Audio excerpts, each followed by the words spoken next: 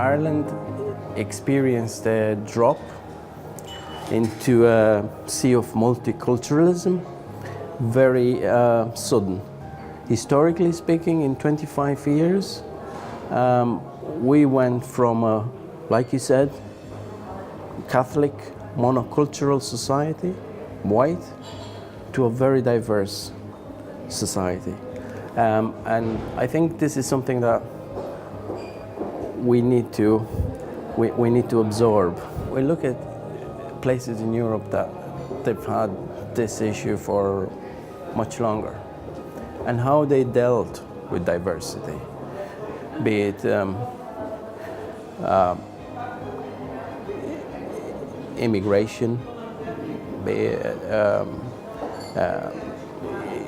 integration or assimilation. Each jurisdiction throughout Europe had different strategies. They might have worked for them, they may not. And I think now we're seeing some of the results of those decisions that were made some time ago. So for us, we're in a good position because we have this little window of opportunity where we can look around, hey, that policy didn't work there, or it worked. Let's see, is there anything that we can take and bring with us and apply in our own context and make things work for us. I work for an organization called Dublin City Interfaith Forum, which basically is a network of representatives and leaders of the diverse faith communities that are now part and parcel of the life of the city. Yeah. So we have a broad and diverse network. We have representation from the Baha'i community, Buddhist community, I'm going now in alphabetical order, Christian communities again. Christian communities are very diverse with multiple denominations. You mentioned Catholic, it's just one of them.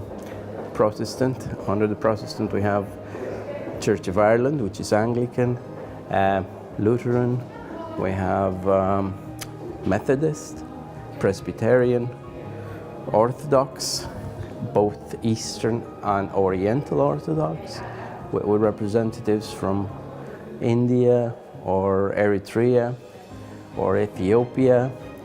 We have representation from the Sikh community, Hindu community, Jewish, again with different groups, more progressive, more conservative, Muslim. We have representation from 4 main city mosques. So we're about 25 to 30 people at full complement when we gather around the table. And we gather around the table on a regular basis. What's important for us is structure and continuity. What do we do in practical terms? We work with schools. We go to secondary schools and engage pupils in discussions about, what do they see relevant in the different faith traditions. That kind of answers their questions where they are now. That is topical. They talked about ISIS and how is, that issue affecting them. They talked about their own problems there, if they have any. So that's one piece, schools. Another piece is working with the city. We are connected with the local authority, and whatever events happen in the city, sometimes we're part of it. We gather together and participate in the different events. Our platform is important for the city because we offer an outreach to communities that otherwise would be difficult for the city to get out to. So, we facilitate that connection and engagement between city and the different faith communities. It works for the faith communities because they have, again, this platform where they can raise their issues. So whatever concerns they have, it's easy to air them and bring them over to the cities.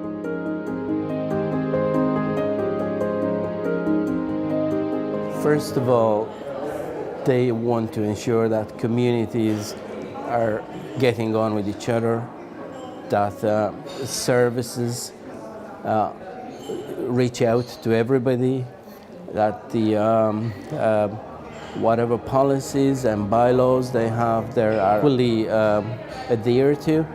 And in a city where people get with each other, where the public square is, I suppose, equally shared and used, then you will have a population that's relatively okay and happy, and that prevents conflict, that prevents other forms of distress in the community.